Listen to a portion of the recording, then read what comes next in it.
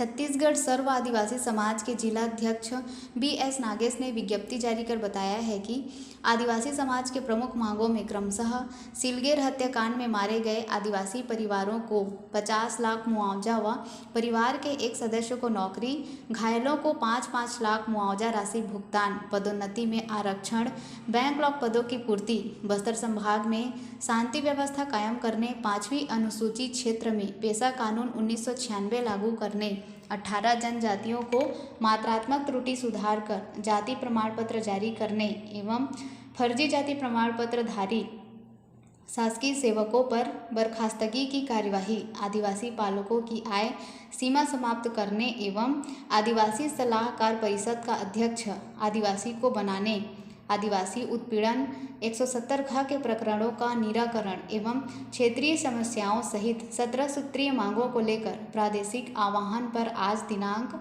30 अगस्त 2021 दिन रविवार को स्थान उर्दना चौक में सर्व आदिवासी समाज के द्वारा आयोजित आर्थिक नाकेबंदी में जिले के 500 से अधिक समाज के महिला पुरुष साथियों द्वारा मालवाहक वाहनों का समय 12 बजे से 4 बजे तक 4 घंटे तक चक्का जाम किया गया।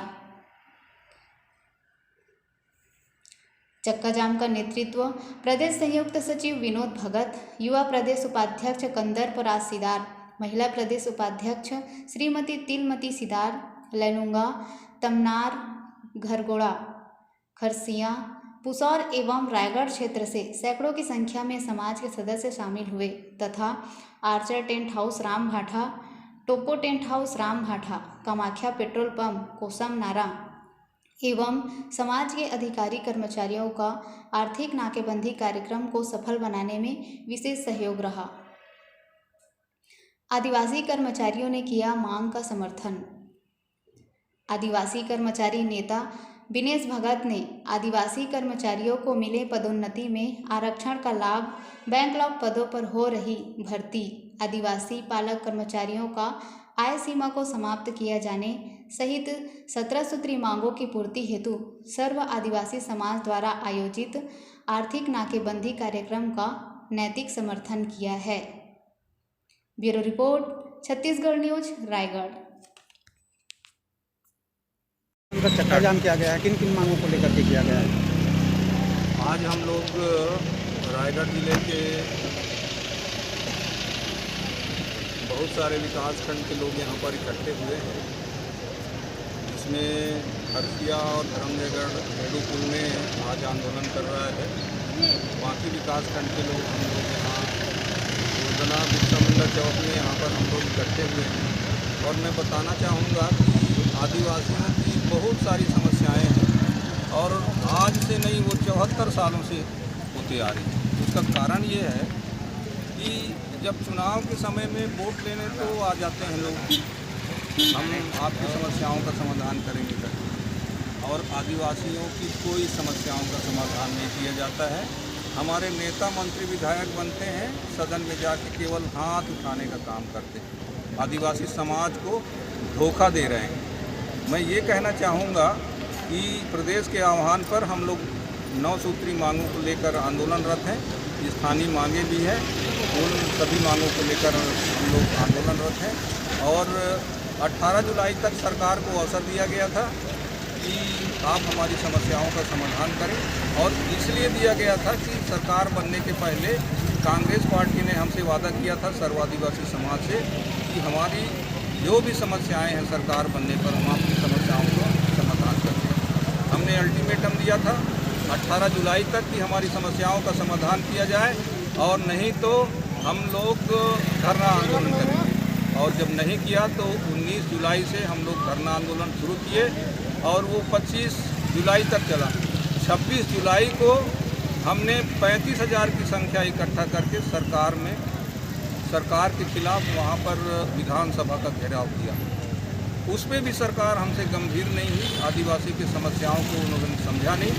और हमें बड़ा दुख की बात है कि हमने कांग्रेस सरकार को 30 विधायक दिए, 30 विधायक हमारे समस्याओं पर मुंह खोलने के लिए तैयार नहीं है, हमारी समस्याओं पर बात नहीं हो रही है। क्या दिक्कत आ रही है? इसलिए पूरे छत्तीसगढ़ के 42 जाति के आदिवासी सर्व आदिवासी समाज को जो एक संगठन बना है उसमें 42 जाति के लोग निवास करते हैं और हम सभी 42 जाति के लोग यहाँ पर सड़कों पे उतर आए हैं और ये आंदोलन हमारी समस्याओं का समाधान नहीं हुआ तो हम आगे ये आर्थिक नाकेबंदी को बढ़ाएंगे। हमने 26 जुलाई के आंदोलन के बाद ये घोषणा किया था कि 29 अगस्त तक यदि हमारी समस्याओं का समाधान नहीं किया तो 30 अगस्त से हम लोग आर्थिक नाकेबंदी करेंगे। सरकार यदि आज भी नहीं चेकती है तो ये आंदोलन आगे बढ़ सकता है और भीड़ भी बढ़ेगा। अभी तो 400-500 लोग हैं, कल 1000 होंगे, परसों 2000 होंगे, 5000 होंगे। इसकी सीमा नहीं होगी क्योंकि हम लोग पीड़ित हैं, हमारे बाल बच्चों को शिक्षा नहीं मिल रहा है।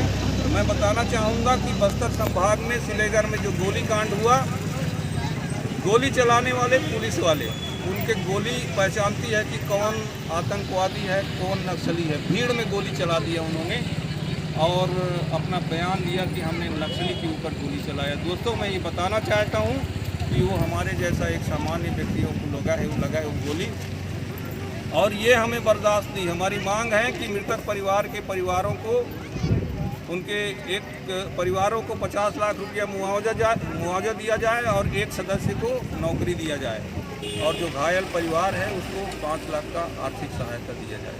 दोस्तों मैं बताना चाहूँगा कि इसी तरह से दूसरी समस्या है कि वहाँ पर बस्तर में शांति व्यवस्था स्थापित किया जाए। कब तक हम झेलते जाएँ?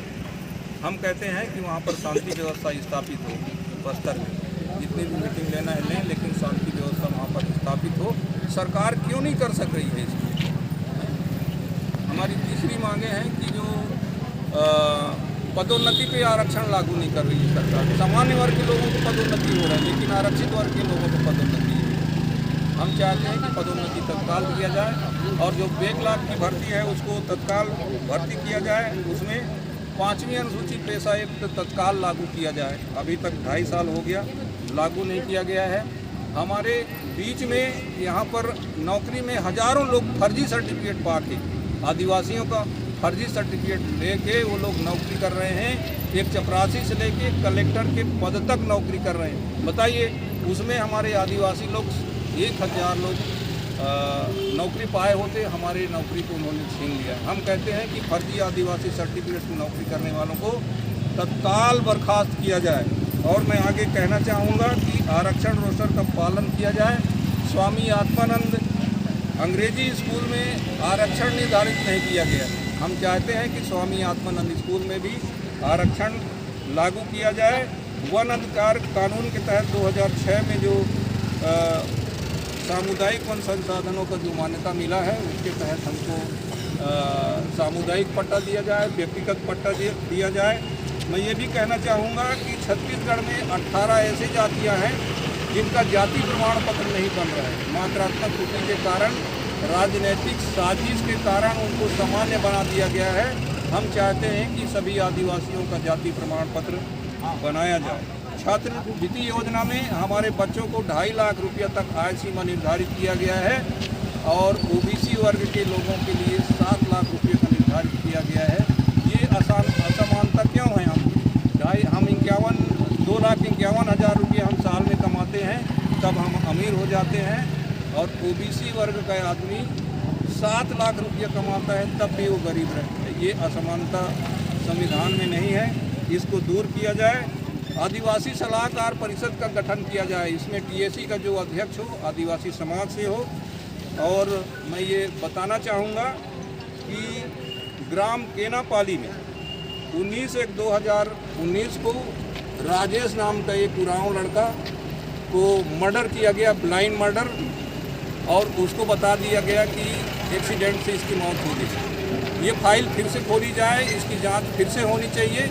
इसी तरह तोलमा, ग्राम तोलमा लैलूंगा विकासखंड में एक मर्डर हुआ, एक 16 साल की लड़की का मर्डर हुआ और उसके पिताजी को ही अपराधी बता दिया जाए। ये कितना दुर्भाग्यजनक बात है। पुलिस वाले मतलब इतना हद तक गिर जाएंगे, इसकी सीमा नहीं है। हमें बहुत दुख है कि इस तरह की कार्यवाही हो रही है। हम राज्य शासन से और पुलिस प्रशासन से निवेदन करते हैं कि दोनों प्रकरणों की फिर से जांच की जाए, फिर से फाइल खोली जाए और दोषी अधिकारियों को और दोषी को तत्काल पकड़ा जाए। धन्यवाद। क्या नाम लिखते हैं और किस बी पद एस पर? नागेश, छत्तीसगढ़ सर्व आदिवासी समाज, जिला रायगढ़ अध्यक्ष। समाज द्वारा धरना प्रदर्शन का चक्का जाम किया गया है, बताएंगे किस मांगों को लेकर के किया गया? मांग तो बहुत सारी हैं। हमारे सर्व आदिवासी समाज का जो समस्या है, विकराल रूप से समस्या है। 17 सूत्रीय मांगों को लेकर आज हम आर्थिक नाकाबंदी करने के लिए यहाँ पर उपस्थित हैं। प्रांतीय आह्वान पर हम लोगों ने, सर्व आदिवासी समाज के लोगों ने 19 जुलाई से धरना प्रदर्शन ब्लॉक स्तर में जगह जगह कर रहे थे 17 सूत्रीय मांगों को लेकर। लेकिन आज तक राज्य में जो सरकार है, राज्य की जो सरकार कांग्रेस की सरकार है, उन्होंने चुनाव से पूर्व घोषणा किए थे, वादे किए थे कि आपके सभी मांगों को पूरा किया जाएगा। लेकिन इतना दिन हो गए, हम लोगों ने आवाज़ पर आवाज़ दे रहे हैं सर्व आदिवासी समाज एक होकर। और 26 तारीख को छत्तीसगढ़ मुख्यालय में भी हम लोगों ने बहुत सारे तादाद में इकट्ठा होकर हम लोगों ने मांग रखा, लेकिन आज तक मांग कभी पूरा नहीं हुआ। उसी मांग को लेकर आज तक पूरा नहीं हो रहा है।